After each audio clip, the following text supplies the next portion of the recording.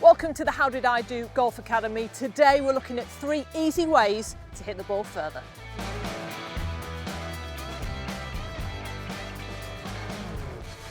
The 3 categories we're going to look at today in order to hit that ball further is strike location, speed and launch characteristics. If we can get those 3 working in the right direction, that ball is going to go further. So first up, strike location. Where you're hitting this off the face and are you finding the sweet spot? Now, technology these days is amazing. They do help you if you're not hitting the centre. They'll keep the ball speed high. However, the closer you can get to middle, and in terms of a driver, slightly higher than middle, that's your sweet spot. That is going to give you the best trampoline effect in order to keep that ball speed high. The further out that you hit from the middle, the lower that ball speed will be, and the angle that the ball will come off will be slightly more left, slightly more right. And if we are creating more spin and more direction that isn't straight, like going from A to B in a straight line, that distance is going to fail us. So we're going to look at trying to hit it out the middle more, how to do that. I think this is a great pattern for us to look at. Our aim is to hit it within those lines. And you can use the top of the club face to help you as well. So that logo there, middle of the club, that's where we want the club to get back to that golf ball. So the first thing always is middle of the club face. Sounds obvious, but that is going to give you a big help with distance. So how do we do that? The first thing to look at is, what are your tendencies? So most of you will have a tendency to either hit it out the heel or hit it out of the toe. Now, in terms of the heel, that might mean it'll go slightly straighter, but that is a real dead point of a driver. Your miss could really do with being slightly more toed in order to get the ball rolling when it hits the ground, to get it in a forward motion. So how we're going to find out where we strike it, you can look at the bottom of your club where your T marks come in. You can also use a spray, so when you hit the ball on the face, you can see the outcome. So grab yourself some dry shampoo and spray the face.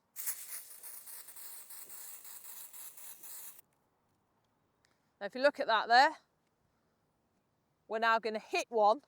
You can actually see where I've hit one before. You see that marker pen there. We're going to hit one and see where this comes out. So we're just going to try and find out our normal spot.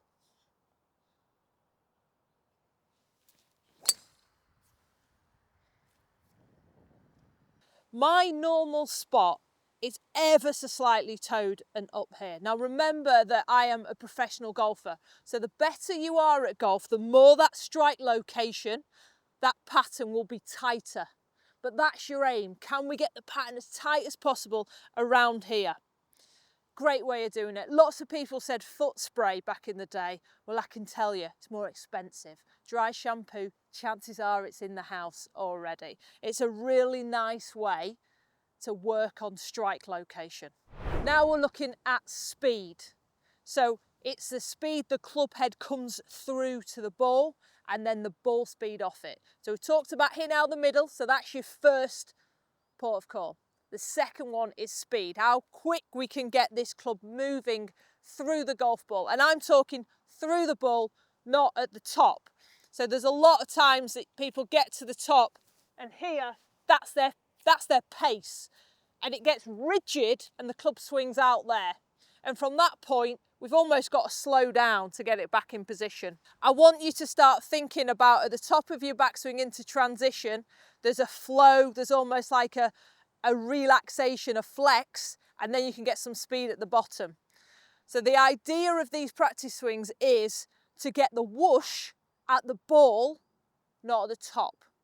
Okay, so start with a little bit of movement here. So have the club moving, have your feet moving, that's going to help you stay less stiff. And from the transition, you don't want to feel stiff, you want to feel flexed and then whooshing. So whoosh. And you can hear it. Wants to feel a little bit like a whip, so we can get those wrists, those forearms, letting the club head release. You can feel, if you wish, that the club head takes over the hands, because that means the ball will, if you're right-handed, travel a little bit more down the left-hand side, which will mean the club face will be closing a little bit, which will mean the ball will go further as well. So slight bit of movement like Sophie did in his feet, and then from the top have a slight relax and get the speed at the ball. My arms feel a lot looser than what you would expect, rather than holding like this. Too many of you are really rigid with that left arm and that left wrist or lead wrist, glove hand, and it just ends up like this. Look how open that face is, look how right it's going. It just becomes like a cover drive at cricket. You're holding it off.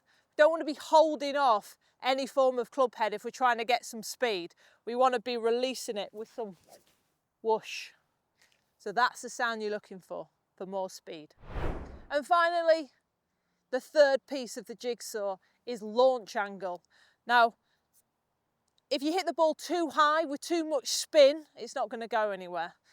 But also if you launch it too low with not enough spin, it's not going to carry. So we're looking for an optimum. So tee height's quite important here. You want half of the ball on the club head and the other half above it. So below the equator sits at the top of the club face, above the equator sits on top of the crown. So that's kind of your optimum in order to get you hitting it slightly on the up. When you're looking at your club head, I've got 10 degrees of loft on here. That is about what I want to be delivering. So if I am pointing that face up to the sky, I'm delivering too much loft and it's going high. If I'm pointing that club face down to the ground, I'm turning that 10 degrees into 4 degrees and it's coming out low. So it's about having a bit of stability of that club face in terms of the angle it's coming at as it hits the ball. This isn't left and right, this is ups and downs. So you can start with setup. As you get over the ball, have that ball position inside that front foot. And you can drop this back shoulder ever so slightly. And when you're coming down to the ball, you want to feel this back shoulder being lower than the front shoulder. And as you come into the ball, we want to feel low to high, but a launch, okay? It's like you're taking off an aeroplane. But as we're taking off, we're thrusting up, but we're keeping that club face at its 10 degrees. We're not backing up, putting more loft, putting it up. We're not hammering down and taking loft off. So with this feeling of re-delivering that 10 degrees, your launch angle is going to stay more consistent. You are going to be one or the other. You are going to be somebody that hits it too low, which means your angle of attack is probably down. You tee it down and you're delivering less loft. Or you're going to be the opposite, which is rarer. It's where you're adding loft, you're falling back onto this back foot and this way. So first of all, find out who you are and then look to correct it by keeping this face at its 10 degrees or whatever it's set, by feeling that the club travels from low to high with a launch action. Really feel a thrust through that ball.